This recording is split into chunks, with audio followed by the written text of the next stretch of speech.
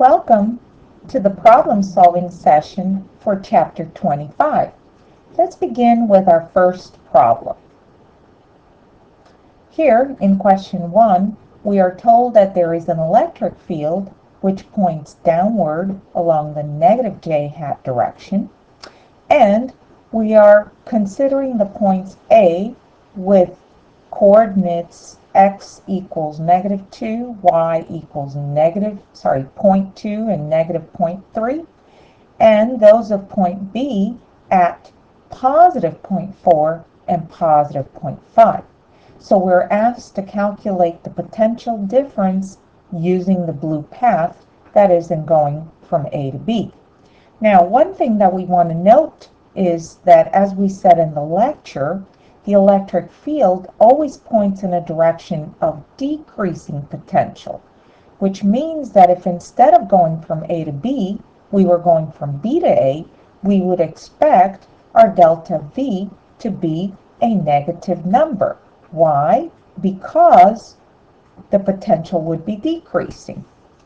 However, because we are going from the point A to the point B, in this case, we expect our result for delta V to be a positive number. So let's see how we might go about solving this problem. Well, let's rewrite.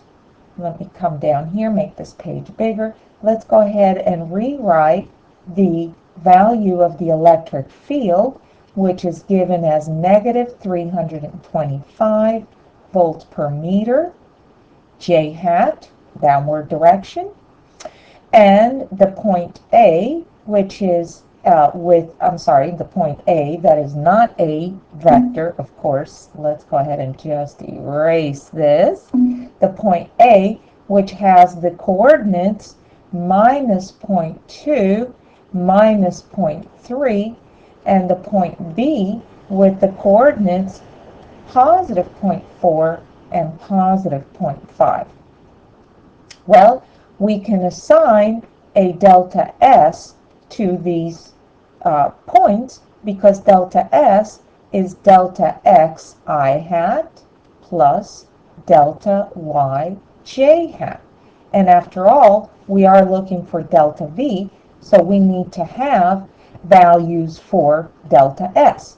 So what is delta x? Well, delta x will be the component 0.4 minus -0.2, which gives us 0.6 meters in the I hat direction. Delta y is 0.5 minus -0.3, which gives us 0.8 in the positive j hat direction. So this is our delta S. Well, delta V is equal to negative E dot delta S. Well, let's see. Minus 325 volts per meter. Remember, our electric field is in the negative direction, negative I hat. Dot it with 0.6 meters I hat plus 0.8 meters j hat. Well, j hat dot I hat is 0, so we get no contribution there. J hat dot j hat is 1, but we have a negative times a negative, so we effectively end up with 325 multiplied by 0.8, the meter times the meter cancels out, and we are left with a delta V, which is positive 260 volts. As expected, since we were moving in a direction opposite the electric field, we expected our value of delta V, the change in potential, to increase. Let's look at question 2. Here, we are given an arrangement where we have positive charge along a plate uniformly distributed, negative charge along an opposite plate parallel to the first of the same magnitude of charge, but of course negative. we are told that we are going to take a positive charge, and I believe it's specifically a proton of 1.6 e to the minus 19 coulombs. We're going to release it from a point A from rest, and of course the proton will move in the direction of the negative plate, but since it has potential energy, it should convert that potential energy to kinetic energy, since the electric force is doing work on the charge, giving it an increase in kinetic, but at the same time decreasing its potential energy.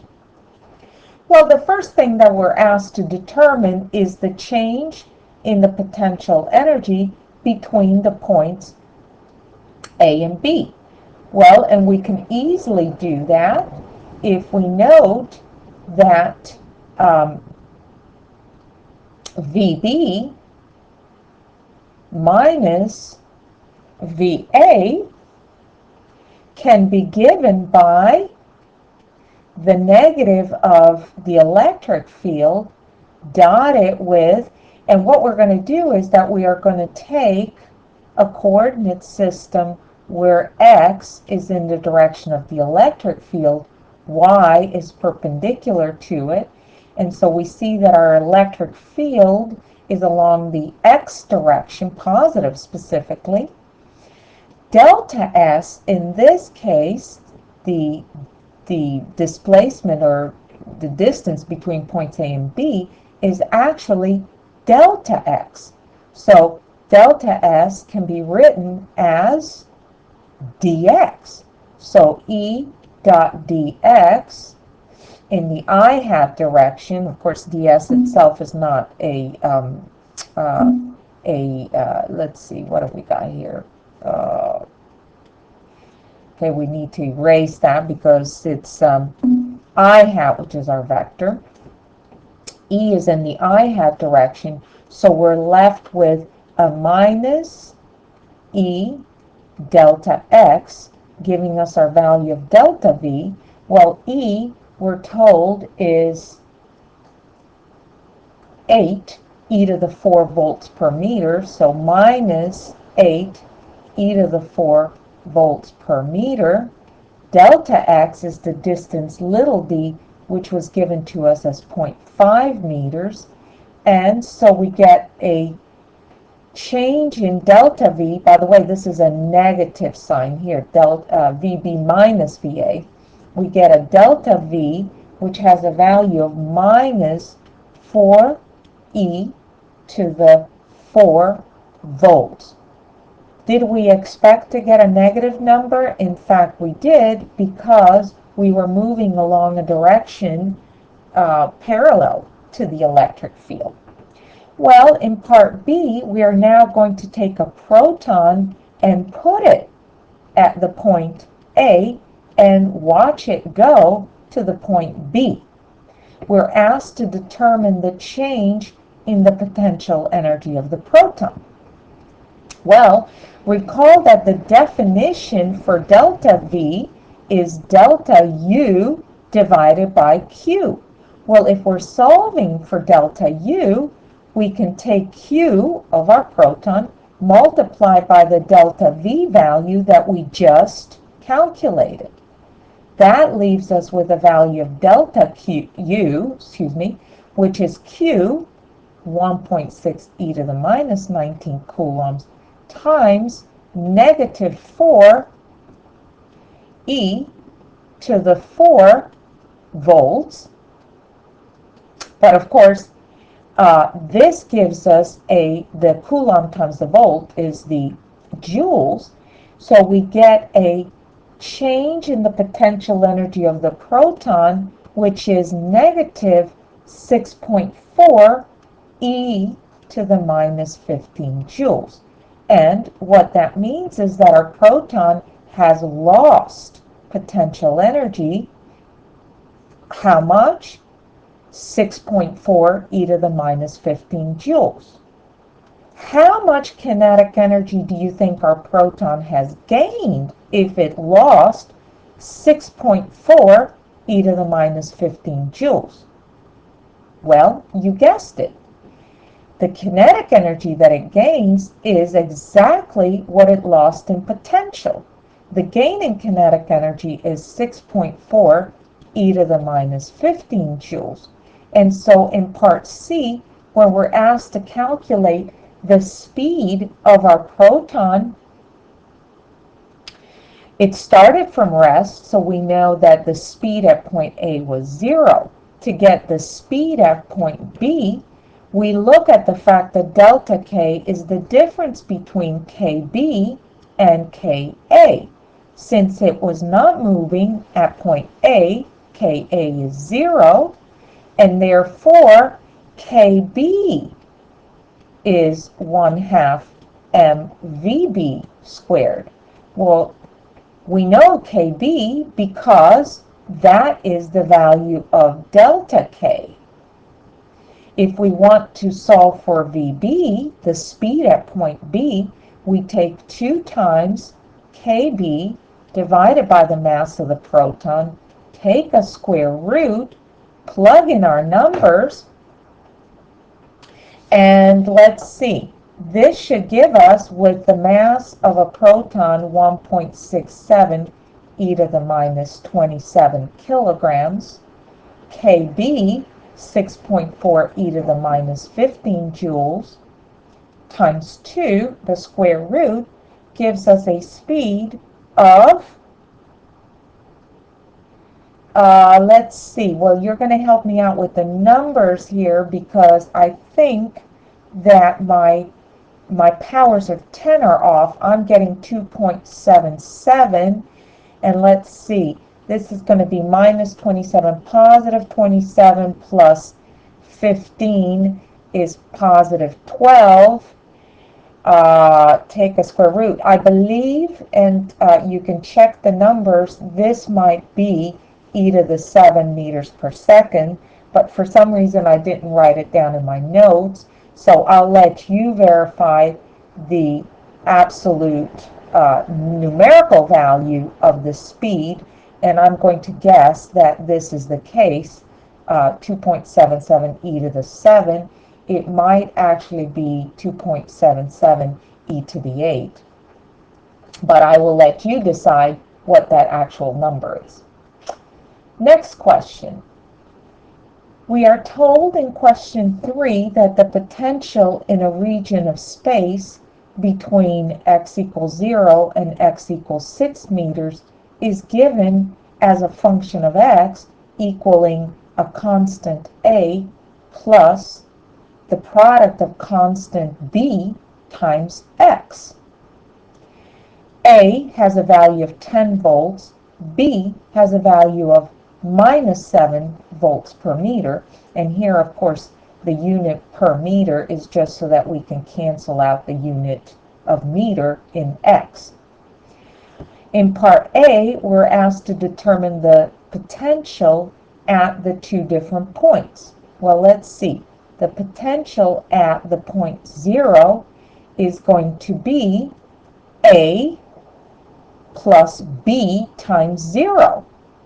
Well, anything times 0 is 0, so the potential at the origin is merely equal to 10 volts. The potential at x equals 6 will be equal to A plus 6B, 6 being in meters. Well, let's see, that's 10 volts plus 6 times negative 7, and of course 6 meters times negative 7 volts per meter is negative 42 volts. So we take 10 minus 42 gives us minus 32 volts. Well, in part B, we're asked to determine the electric field at the same 2 points. Well, we must take into account that the electric field magnitude is determined by the negative derivative of the potential function with respect to x. Well, if we look at this function here and take the derivative with respect to x, we see that a is a constant, its derivative is 0. B is a constant times x, therefore it must be that the derivative of v with respect to x is minus b. The minus here because we have minus dv over dx. But b itself is a negative, so minus negative 7 volts per meter is a positive 7 volts per meter. Notice that this is a constant, which means that E itself does not have a spatial dependence and is constant. So E at 0 magnitude is equal to 7 volts per meter. E at 6 magnitude is also 7 volts per meter. Last question. Here in question 4, we are told that there is a spherical conductor that has a charge of 26 microcoulombs. This conductor is in electrostatic equilibrium. That tells us something. Has a radius of 0.14 meters. Calculate the potential at different positions from the center of this charged conductor. Well, the first thing we're going to say is that if this is a conductor in electrostatic equilibrium, it is an equipotential surface. So, no change in potential inside, no change in potential outside. And the potential drops off as 1 over r, sorry, not outside, but rather on the surface. That's what we really want to say, on the surface. But the potential drops off as 1 over the distance once we move away from the surface of this spherical conductor. Well, let's see. Calculate V at, in the first case, we're told at a distance less than the radius of the conductor, which means inside. Well, the potential inside is constant and equal everywhere to the value at the surface. Well, the surface means the radius is the radius of the sphere. So inside we have 8.99 e to the 9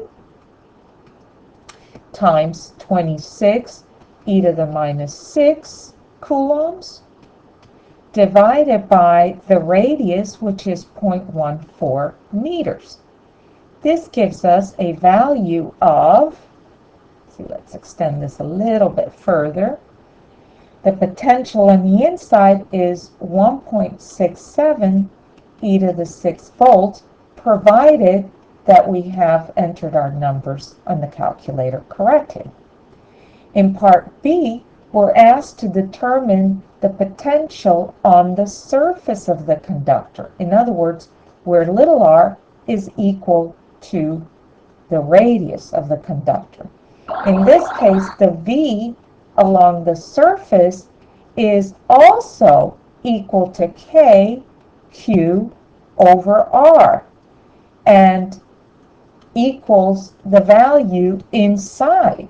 Well, we just calculated that this value is 1.67 e to the 6 volts. And so V along the surface has the value along the inside. Lastly, we want the potential at a point R greater than R. This time we're outside the conductor. And this time, and only this time, we can allow the potential to take on a value that depends on R.